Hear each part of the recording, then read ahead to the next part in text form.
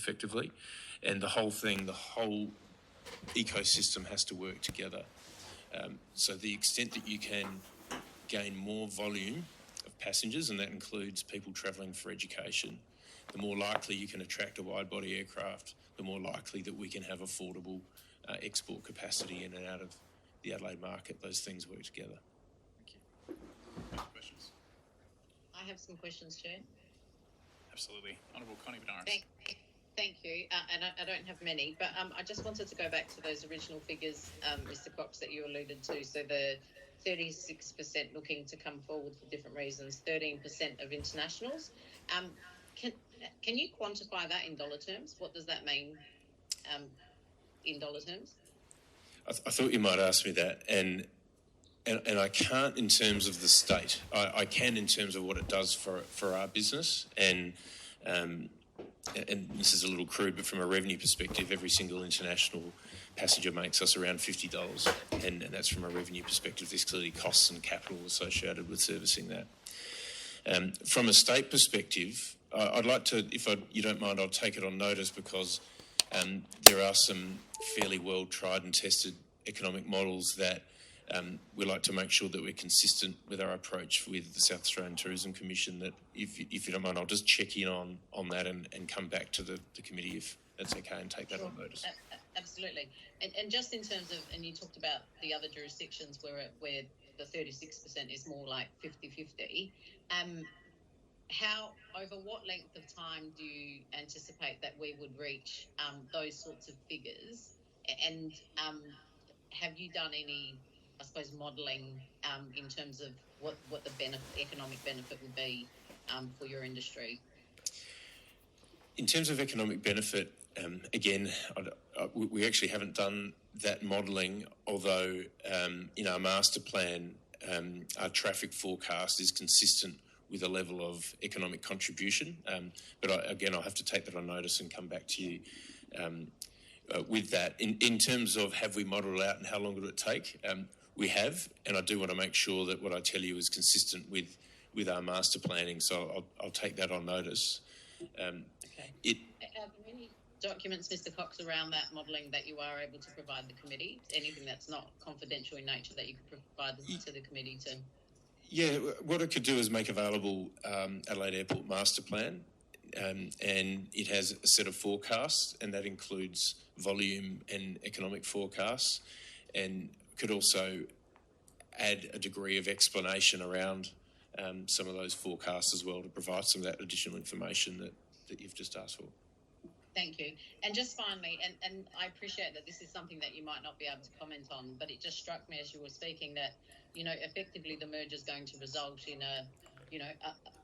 for want of a better terms, a mega university. I think some people have dubbed it, but it's going to be bigger and, than what we currently have.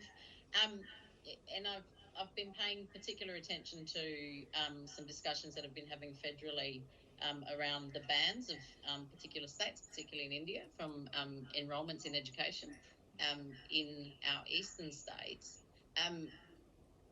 And I suppose we don't know what the outcome of that would be if South Australia were to merge and have a bigger university as well.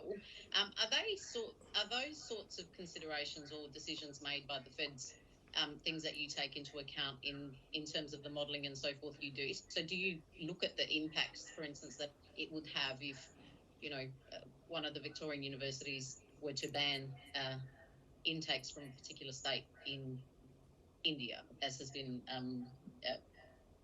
the case? In short, we don't.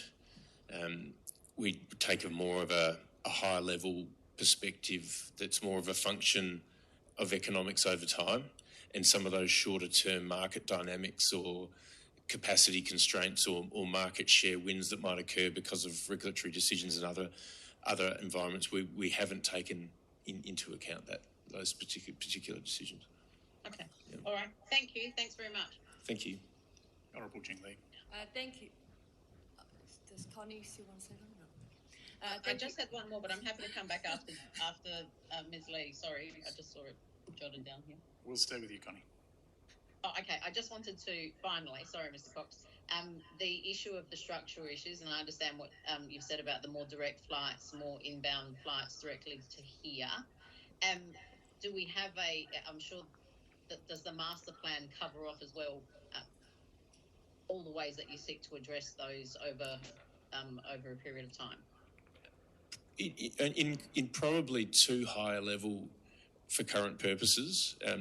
We do have a 2050 aviation vision that we've broken down into periods of time, and that does show how we expect the market can evolve. And so where those direct flights and where those city pairs can come, we don't publicly talk about the individual airlines that we're hoping to attract, but we do talk about the particular cities that we think would make economic sense to come online over a waved approach. Okay, thank you. Honourable Jingley. Thank you, Chair. Hi, Brenton. Good morning. You spoke earlier about overcoming some of those negotiations with some airlines to have direct flights back to Adelaide, and also you spoke about being supportive of the Adelaide University strategy about attracting more international students back. So that is based on the assumption that international students will be choosing Adelaide as a destination. What are your recommendations in terms of minimizing the risk?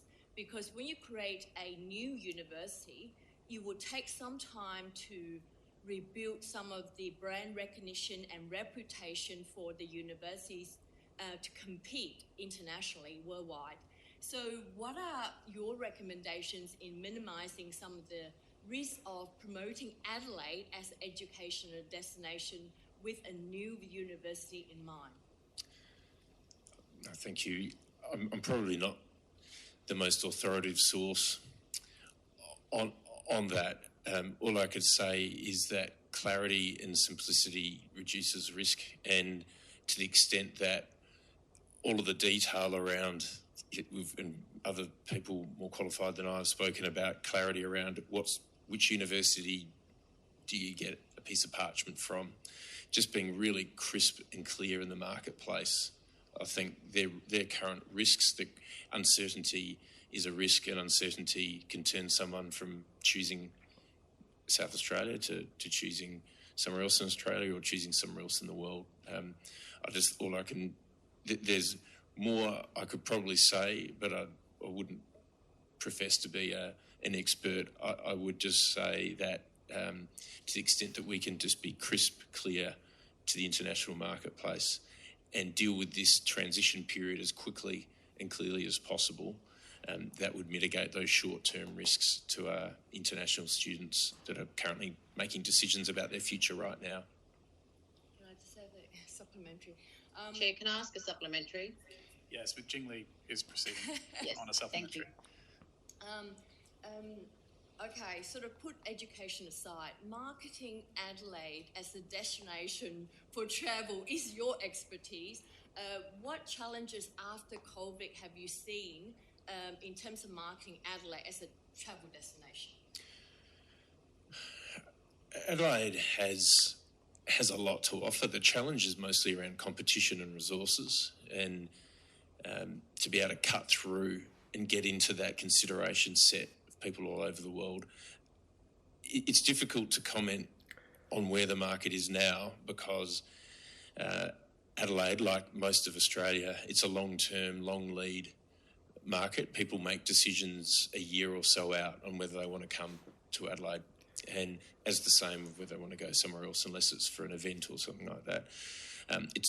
It's very expensive to fly, and so when you combine cost and that long lead time with borders only really having opened not long ago, we're missing a big tail of that booking wave.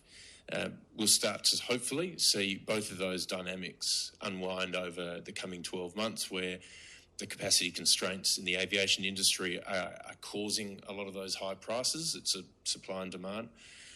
As supply comes on, if demand remains where it is, we'll hopefully see some of those prices start to come down. That affordability will help. That affordability, though, probably treats the world equally. It's not just an Australian dynamic. And the lead times, look, we did scare people away a fair bit during the lockdown periods where we were regarded as an unreliable counterparty.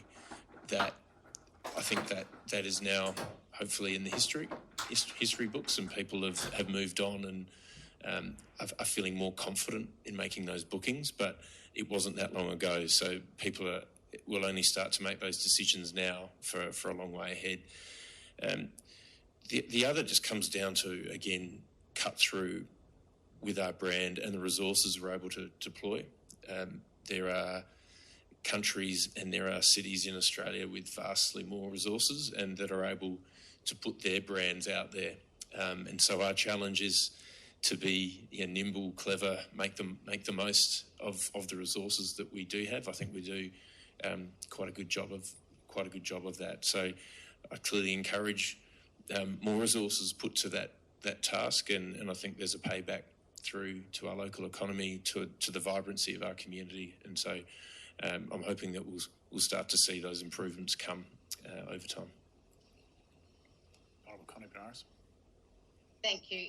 Just finally, Ms. Cox, am I to understand correctly from an earlier response that you gave that in terms of the merger specifically, would you agree with the assessment that the quicker a decision is made one way or another, the better in terms of certainty, not just for students and staff, but also for industry alike? So if this is done in a appropriate window, then we can't really afford to drag it out, because that creates the sort of uncertainty and risk that you've alluded to. Yeah, that's correct. We clearly think that in the longer term there'll be a benefit from it occurring, but in the short term there's transaction risk, and that time is uncertainty. We would hope to be able to promote the new university to our current airline partners and those partners that we're trying to attract to Adelaide, because I think they would probably see it like we would as a move by Adelaide and South Australia to be seeking to attract more international students, which from an airline perspective, more customers, and the sooner that we can promote that, I think that'll de-risk other issues and probably have a greater chance of capturing the opportunity sooner. Thank you. Further questions? Yep. Honourable Reggie Martin. Thank you. Just had a question around the comment you made. I think you said for every student that is studying here, about 2/3 of them will have an international visitor come and visit them. Do you have any more information about how long they stay, how much money they spend? So less about the students, but the people that come to visit those students. Again, I have to take that on notice, and I'm relying on data and information from other sources. My general understanding on these things is that they do stay longer, and over the duration will spend more. They'll spend less per day, often significantly less per day, but over the duration of their stay will spend more. But they're general comments that I need to attribute other sources to. So that could be something else that I'd come back to you. Thank you. Further questions? Thank you, Mr. Cox, for your evidence today. It's appreciated. There will be a transcript.